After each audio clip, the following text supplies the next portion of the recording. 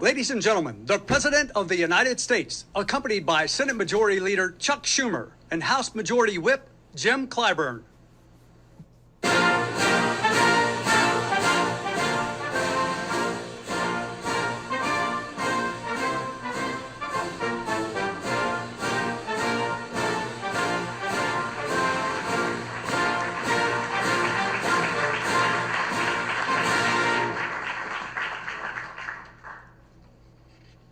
Thank you. Please be seated. I'm pleased to be here today on behalf of the United States House of Representatives, where on Friday we delivered a unanimous Democratic vote to pass this Inflation Reduction Act. It was one of the few truly historic days in the 30 years I have spent in the Congress. Mr. President, I want to thank you for your tireless work to add this remarkable legislation to your long and growing list of accomplishments. In just 18 months, often away from public view, your administration has created a record number of jobs. Your American Rescue Plan helped our country overcome a once-in-a-century pandemic. Your Infrastructure and Jobs Act is making historic investments in broadband and to repair and bolster our infrastructure. Your CHIPS and Science Act will strengthen our critical supply chains and give real substance and new meaning to Make It in America. The Inflation Reduction Act you are about to sign will lead to transformative change in this great country. It checks inflation by reducing the deficit by $300 billion over the next decade.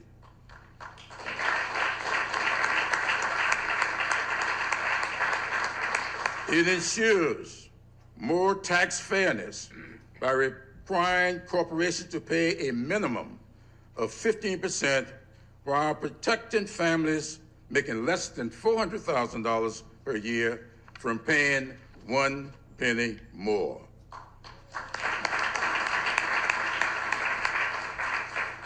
We are called to be good stewards of this planet, and this legislation cuts climate pollution by 40% in just 8 years while building a new, clean energy economy that will make electricity accessible and affordable and create 9 million new jobs.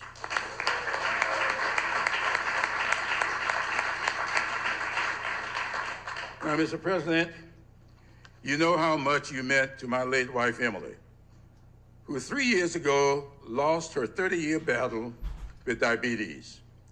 If she were here today, she would be beyond joy celebrating the $35 per month cap on insulin and the $3,000 annual cap on out-of-pocket costs for Medicare patients.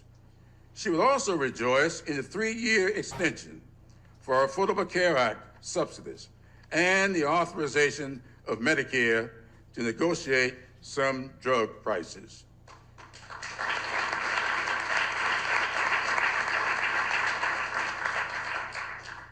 Emily had adequate health insurance, but many of our neighbors and her friends did not.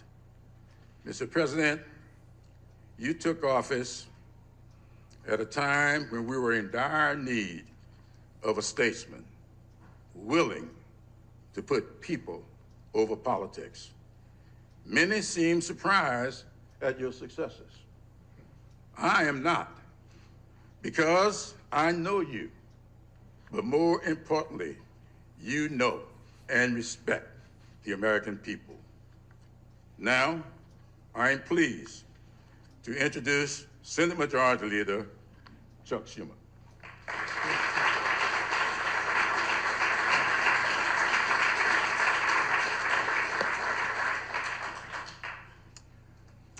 Well, thank you, Representative Clyburn.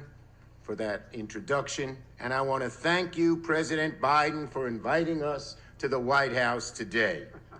Thanks to my colleagues here today, this has been one of the most productive stretches in Senate history. From the first gun safety bill in decades, to strengthening NATO, to outcompeting the Chinese Communist Party, to taking care of our veterans.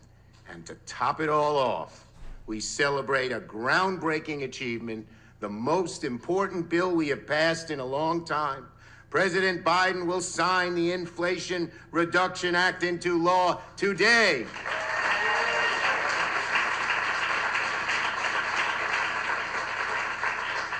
I am confident this bill will endure as one of the greatest legislative feats in decades.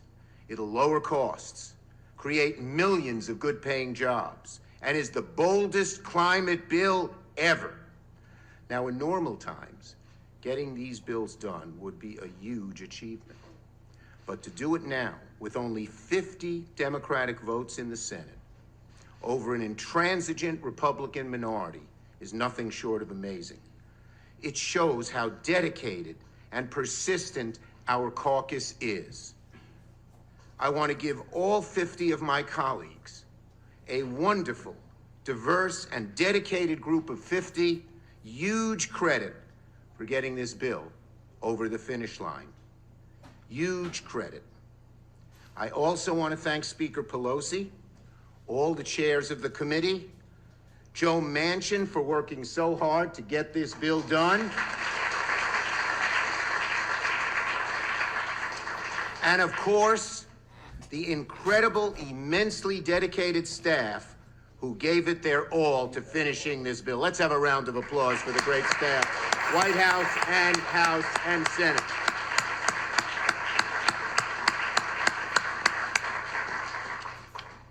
For years, the naysayers said we could never take on the big drug companies and lower the cost of prescription drugs, but now we have. They said we could never take on entrenched big oil interests and get tough on climate change, but we have succeeded. They said we'd never close tax loopholes for the wealthy and make the ultra-rich pay their fair share, but we've gotten all these things done in one single bill.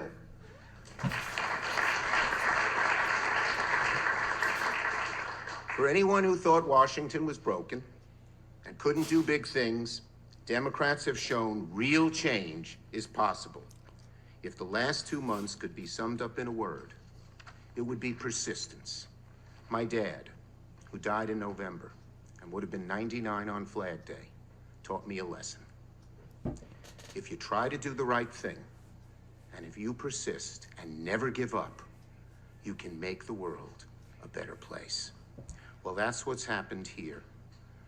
We persisted and persisted and persisted and never gave up. And today it pays off. I know my dad is looking down and smiling. And finally, and most importantly, thank you, President Biden, for your leadership. This has been a long and grueling process. We wouldn't be here without you. A year and a half ago, you laid out the groundwork for this bill.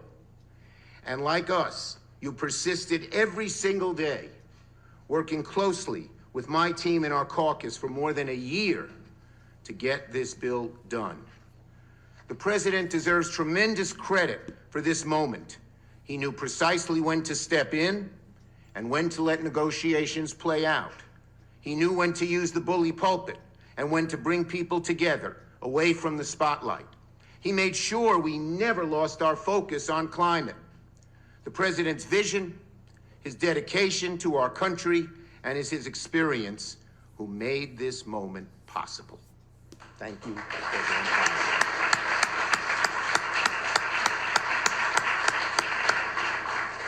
After 4 years of a president who relished creating chaos, Americans are seeing what it looks like to have a president and a Congress that's focused on delivering results that make their lives better. Mr. President, you've restored dignity, respect, and a sense of action back to the Oval Office. Thank you, thank you, thank you. It's my honor to turn it over now to you.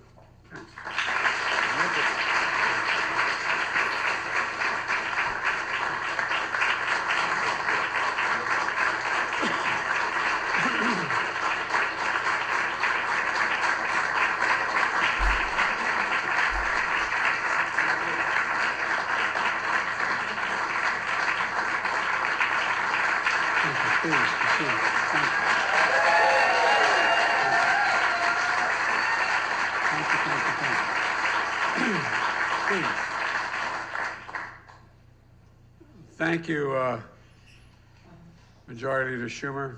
Chuck, you've been a good friend a long, long time. And Joe, I never had a doubt. Joe had an operation on his shoulder. I just want you to know it wasn't because of anything we did. He's in great shape. And our whip, Mr. Clyburn, you're amazing. And I am reminded often by my staff, were not for you, your wife telling you to endorse me, I wouldn't be standing here. But thank you very, very much. And also Congresswoman Castor and my good friend Frank Pallone, Congressman Pallone. Thank you for your leadership.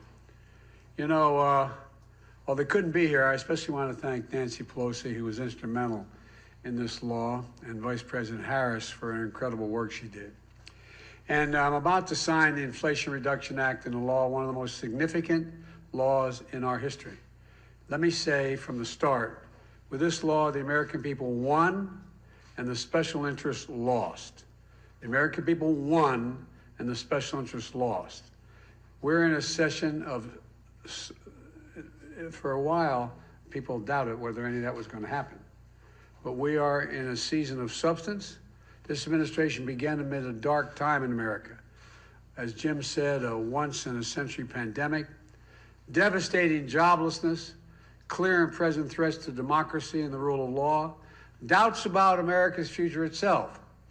And yet, we've not wavered, we've not flinched, and we've not given in. Instead, we're delivering results for the American people.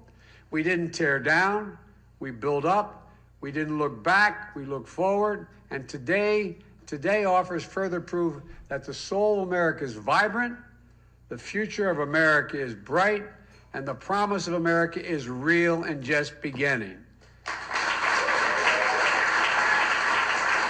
Look,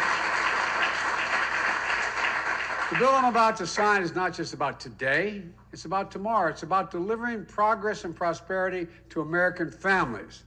It's about showing the American and the American people that democracy still works in America, notwithstanding all the talk of its demise. Not just for the privileged few, but for all of us. You know, I swore an oath of office to you and to God to faithfully execute the duties of this sacred office. To me, the critical duty of the president is to defend what is best about America. And that's not hyperbole. Defend what's best about America, to pursue justice, to ensure fairness, deliver results that create possibilities that all of us can live a life of consequence and prosperity in a nation that's safe and secure. That's the job. Fulfilling that pledge to you guides me every single hour of every single day in this job. You know, presidents should be judged not only by our words, but by our deeds. Not by our rhetoric, but by our actions. Not by our promise, but by reality. And today is part of an extraordinary story that's being written by this administration and our brave allies in the Congress. This law that I'm about to sign finally delivers on a promise that Washington has made for decades to the American people. I got here as a 29-year-old kid. We were promising to make sure that Medicare would have the power to negotiate lower drug prices back then. Prescription drug prices. But guess what? We're giving Medicare the power to negotiate those prices now on some drugs. This means seniors are going to pay less for the prescription drugs, while we're changing circumstances for people in Medicare by putting a cap of a maximum of $2,000 a year on their prescription drug costs, no matter what the reason for those prescriptions are.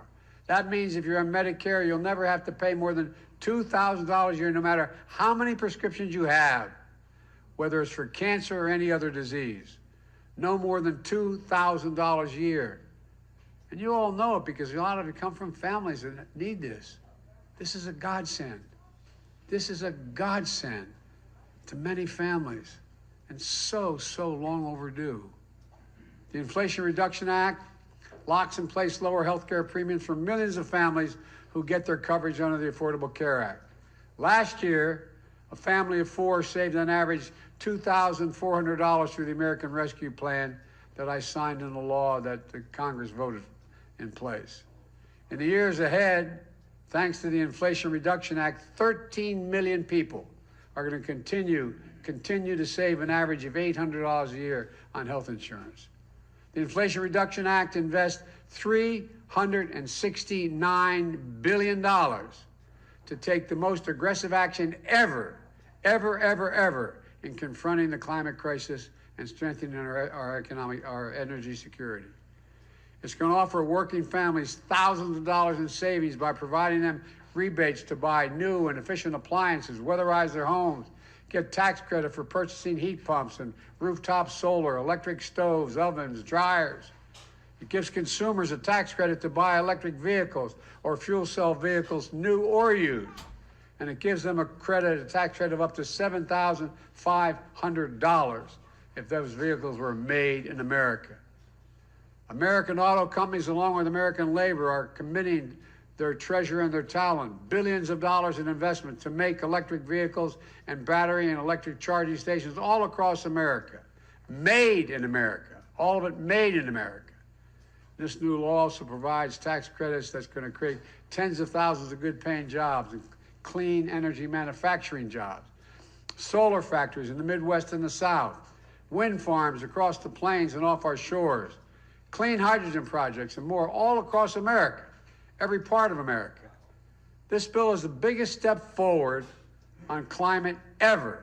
And it's going to allow us to boldly take additional steps toward meeting all of my climate goals, the ones we set out when we ran.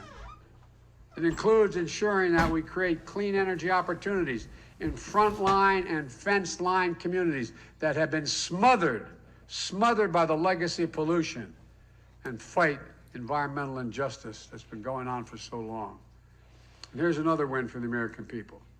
In addition to cutting the deficit by $350 billion last year, in my first year in office, and cutting it $1.7 trillion this fiscal year, we're going to cut the deficit, point out, by another $300 billion with the Inflation Reduction Act over the next decade. We're cutting deficits to fight inflation by having the wealthy and big corporations finally begin to pay part of their fair share.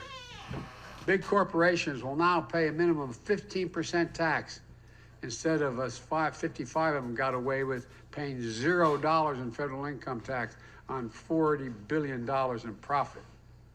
And I'm keeping my campaign commitment. No one, let me emphasize, no one earning less than $400,000 a year will pay a penny more in federal taxes.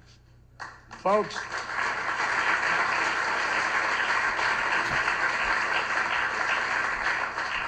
the Inflation Reduction Act does so many things that for so many years, so many of us have fought to make happen. And let's be clear. In this historic moment, Democrats sided with the American people, and every single Republican in the Congress sided with the special interest in this vote. Every single one. In fact, the big drug companies spent nearly $100 million to defeat this bill. $100 million. And remember, every single Republican in Congress voted against this bill. Every single Republican in Congress voted against lowering prescription drug prices, against lowering health care costs, against the fair tax system. Every single Republican, every single one, voted against tackling the climate crisis, against lowering our energy costs, against creating good-paying jobs. My fellow Americans, that's the choice we face. We can protect the already powerful or show the courage to build a future where everybody has an even shot. That's the America I believe in. That's what I believe in. And today, we've come a step closer to making that America real. Today, too often, we confuse noise with substance. Too often, we confuse setbacks with defeat. Too often, we hand the biggest microphones to the critics and the cynics who delight in declaring failure, while those committed to making real progress do the hard work of governing. Making progress in this country as big and complicated as ours clearly is not easy. It's never been easy. But with unwavering conviction, commitment, and patience, progress does come. Your dad was right. And when it does, like today, people's lives are made better, and the future becomes brighter, and a nation can be transformed. That's what's happening now. From the American Rescue Plan that helped create nearly 10 million new jobs, to once-in-a-generation infrastructure law that will rebuild America's roads, bridges, ports, deliver clean water, high-speed internet to every American, to the first meaningful gun safety law in 30 years. And if I have anything to do with it, we're still going to have an assault weapons ban, but that's another story. And to get significant veterans' health care law in decades for the first time, to a groundbreaking chips and science law that's going to ensure that technologies and jobs of the future are made here in America. In America. And all this progress is part of our vision and plan and determined effort to get the job done for the American people, so they can look their child in the eye and say, honey, it's going to be okay. Everything's going to be okay. Everything's going to make it sure that the democracy delivers for your generation, because I think that's at stake. And now, I know there are those here today who hold a dark and despairing view of this country. I'm not one of them. I believe in the promise of America. I believe in the future of this country. I believe in the very soul of this nation. And most of all, I believe in you, the American people. I believe to my core, there isn't a single thing this country cannot do when we put our mind to it. We just have to remember who we are. We are the United States of America. There's nothing beyond our capacity. That's why so many foreign companies decide to invest or make chips in America.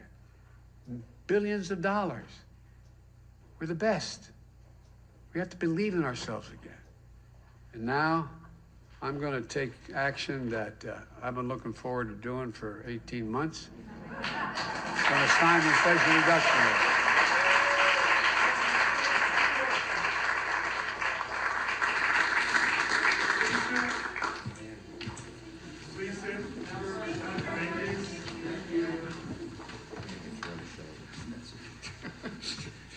Just make sure you get the right one. All right.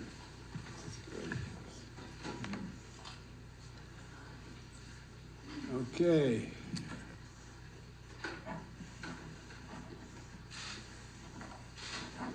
There you go. It's now law.